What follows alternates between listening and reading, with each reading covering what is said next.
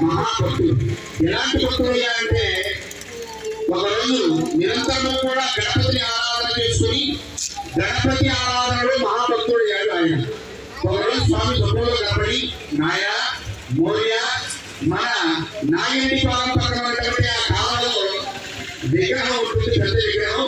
నా యొక్క విగ్రహాన్ని తీసుకొచ్చి పూజా కార్యక్రమం చేయాలి. అంటే ఆయన యొక్క గ్రామానికి దూరంగా ఉన్నటువంటి కాలంలో పెద్ద విగ్రహం ఉంది, వినాయకుడి యొక్క విగ్రహం.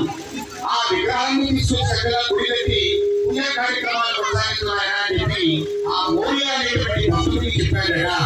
అప్పుడు ఆ భక్తుడు, నేను చెప్తే వీళ్ళందరూ వింటారా, వేరేమో నమ్మలేము అని చెప్పి ఇలా మా శర్మ గారు లాంటి వారిని, అలాగే సైరెడ్డి గారు, రాగిరెడ్డి గారు, రామిరెడ్డి గారు లాంటి జగన్లు తీసుకుని అక్కడికి వెళ్ళాడట.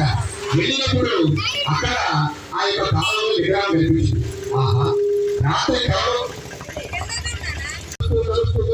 గణపతి గొప్ప, గణపతి గొప్ప. ఆ నాటి నుంచి మహాభక్తులు